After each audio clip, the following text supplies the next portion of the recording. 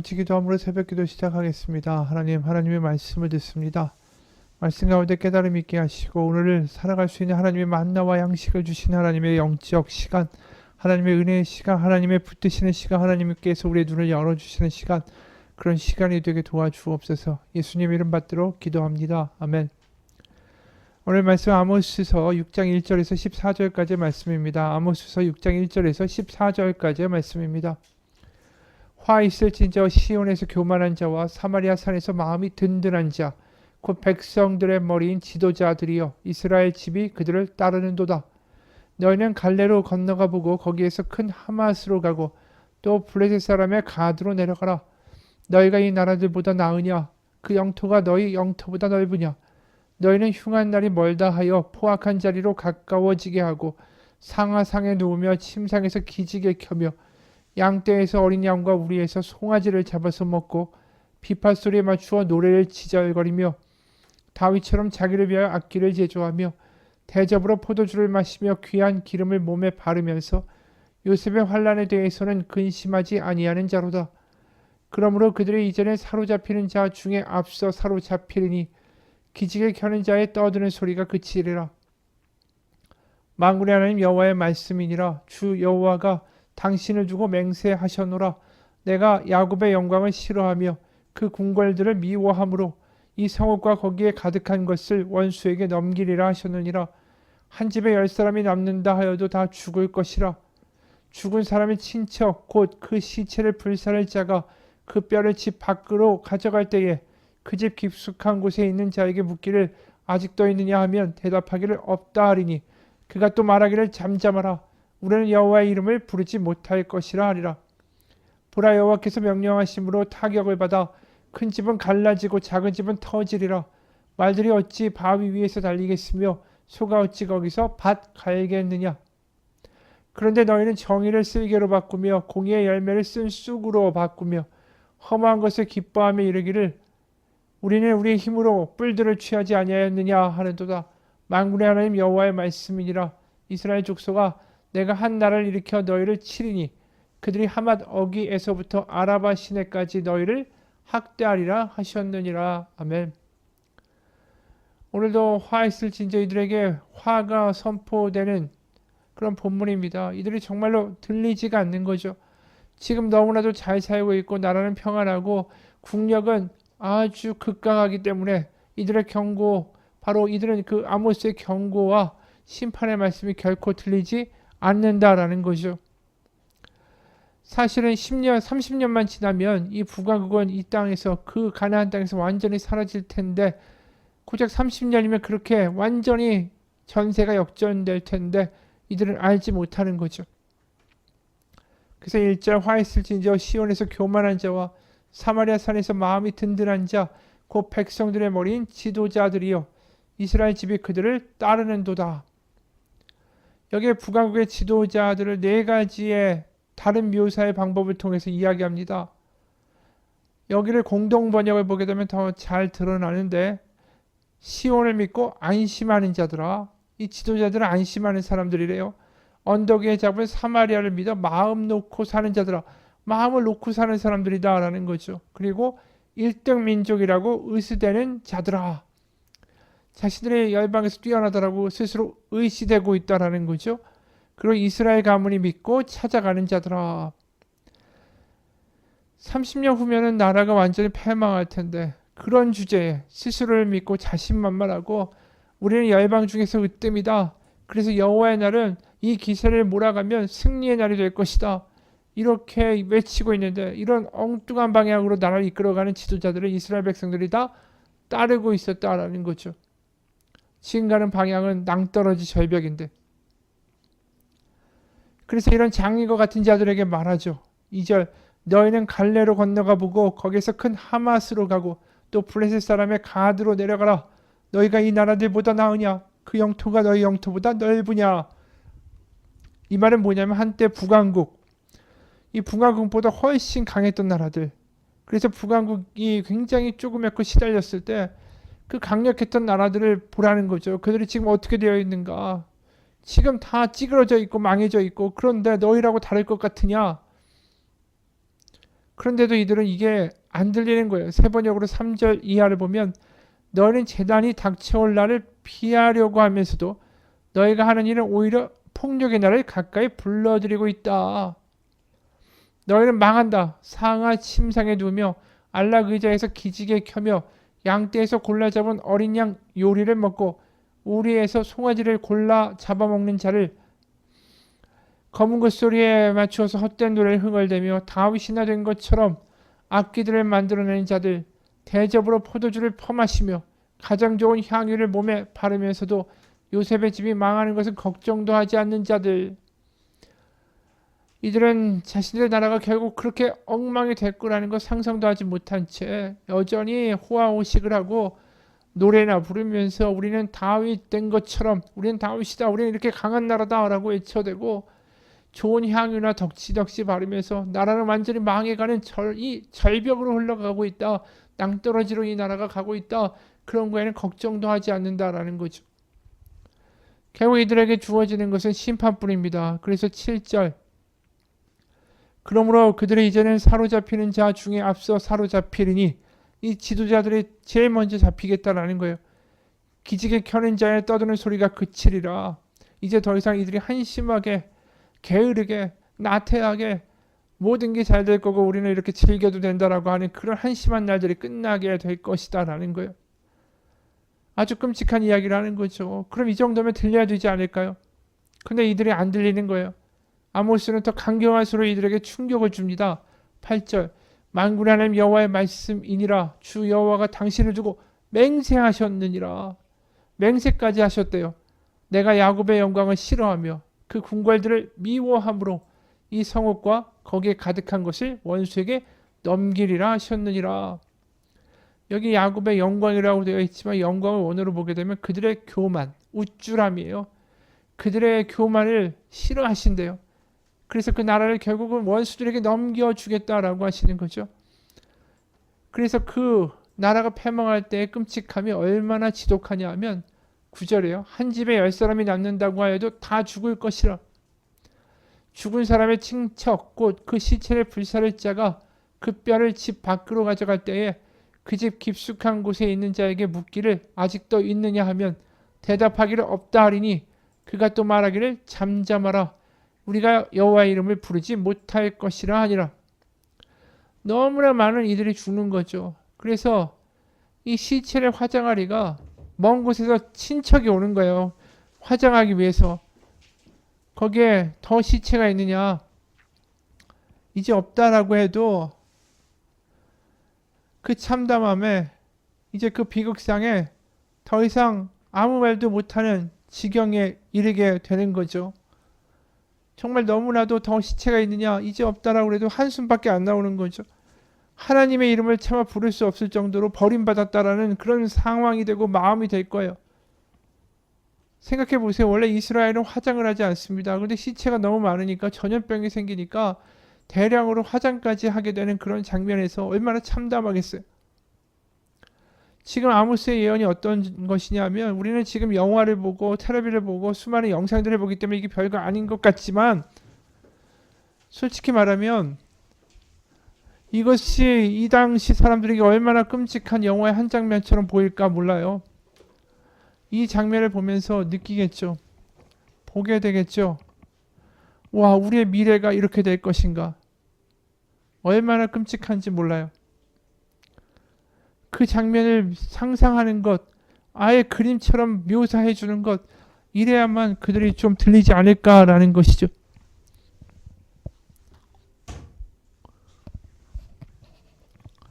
그래서 이 비극의 한 장면으로 이들을 완전히 이동하게 하고 그리고 말을 더 이어갑니다. 공동번역으로 11절 12절 고래등 같은 집을 쳐 돌 무더기로 만들고 개떡지 같은 집은 가루로 만들리라.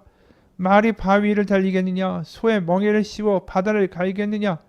그런데 너희는 어찌하여 공의를 뒤엎어 독약을 만들고 정의에서 소태처럼 쓴 열매를 맺게 하느냐. 그 집들을 다 부셔버리겠다라는 거죠. 호화로운 집들 다 망가지게 하겠다. 하나님이 그러시는 거예요. 너희들이 그렇게 하는 이유는 오로지 공의와 정의를 엉망으로 만들었기 때문이다라는 거죠. 그러면서 하는 말이 13절 허무한 것을 기뻐하며 이르기를 우리는 우리의 힘으로 뿔들을 취하지 아니하였느냐. 그러니까 스스로 자신들의 힘으로 영광을 얻었다라는 거죠. 여로보암 시대에 많은 땅을 얻고 우리가 이 강국이 되었다 하지만 그거 다 아수르가 그 당시에 국력이 쇠하여 내란 때문에 외부로 나가지 못했기 때문 아닙니까? 권력의 공백 때문에 일어난 거죠. 순식간에 다 빼앗길 거예요. 그들이 우리가 우리 힘으로 이뤘다. 이거 다 공중으로 날아갈 것입니다. 제단의 뿔도 다 뽑히고 금송아지도 다 빼앗길 거예요. 그래서 14절 만군의 하나님 여호와의 말씀이니라 이스라엘 족속아 내가 한 나라를 일으켜 너희를 치리니 그들이 하맛 아귀에서부터 아라바 시내까지 너희를 학대하리라 하셨느니라. 아주 끔찍하고 아주 절망적인 결말이 있게 된다라는 거죠. 이유는 뭡니까? 이들이 교만한 거죠. 아둔한 거죠. 그러면서 배 두들기면서 우리의 능력, 우리의 영광 그러면서 호의호식하면서 뭐 하나 신경 쓰지 않고 지금의 번영이 영원히 지속될 것이다 라고 자신하면서 살았다라는 거죠. 하나님이 원하시는 정의와 공의의 사회는 전혀 만들려고 하지도 않으며 말입니다. 그렇기 때문에 오늘 등장하는 무서운 하나님, 분노하신 하나님, 바로 그들의 삶에 대해서 이런 가증스러운 삶에 대해서 분노하고 계신 거 아닙니까? 근데 오늘 우리가 이런 본문을 읽으면서 하나님 무섭다라는 생각을 하게 돼요. 자비도 없으신 것 같고.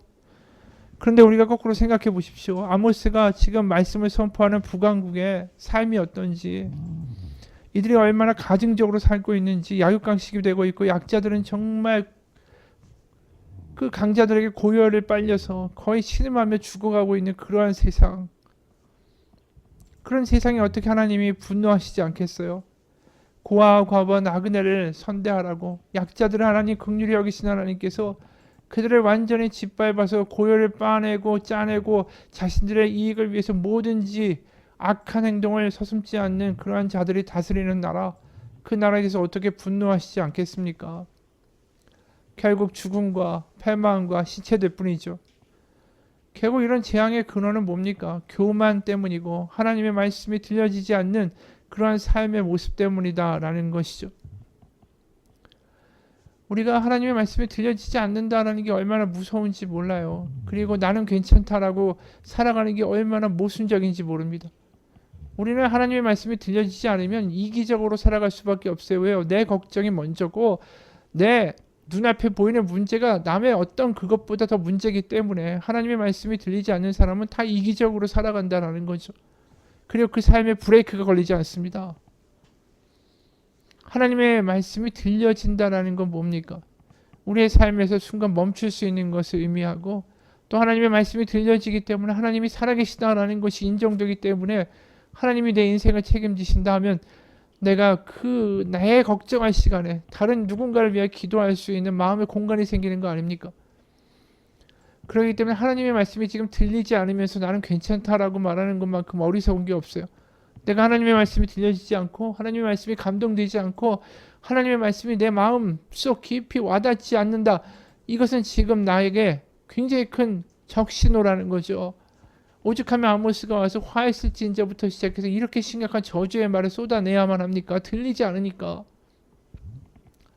사무엘상 15장에서 사울이 하나님의 말씀을 어기죠. 원래 하나님의 명령이 이랬습니다. 아말렉을 치라. 그들의 모든 소유를 남기지 말고 진멸해라. 남녀와 소아와 젖먹는 아이와 소양과 낙타와 나귀를 다 죽여라. 근데 사무엘상 15장 9절에서 이런 말씀이 나와요.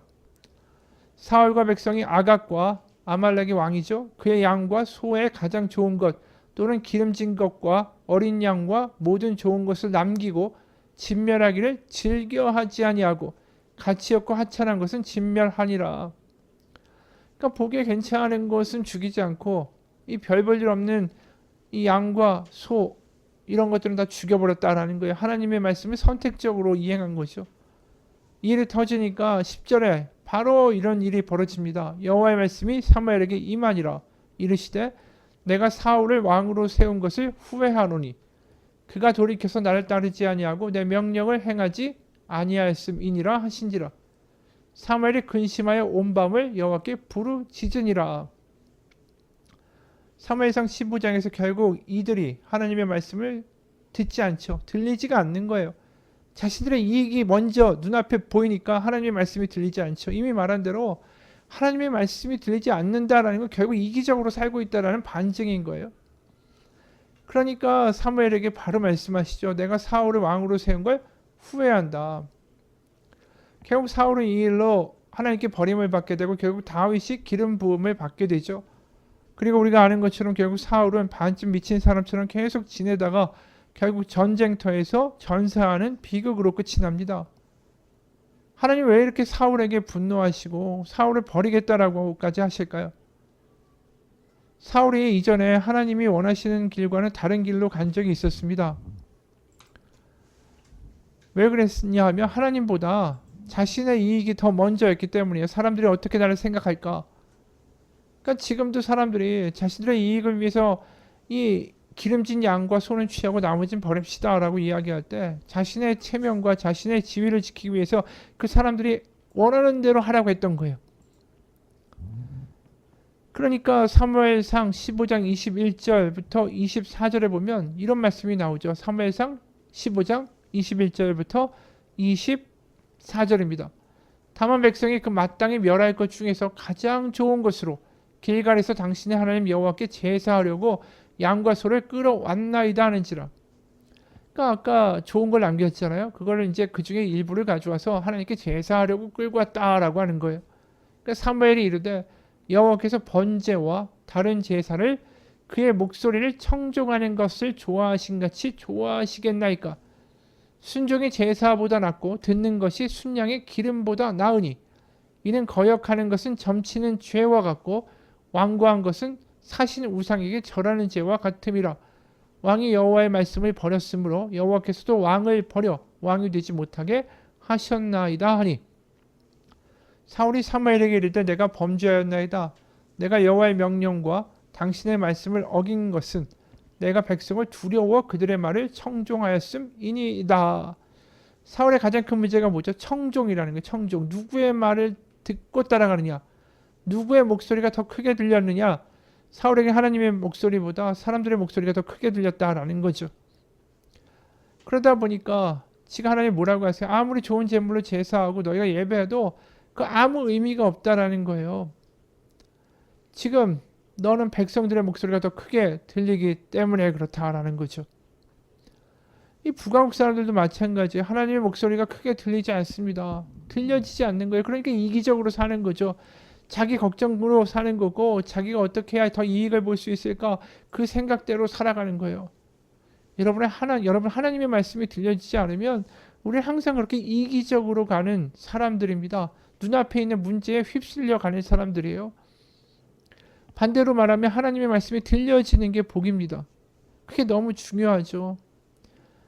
오늘날의 신앙생활하면서 내가 잘하고 있는가 아닌가, 내가 하나님 안에 거하고 있는가 아닌가를 증명할 수 있는 유일한 길은 내가 하나님의 말씀이 들려지는가, 그거예요.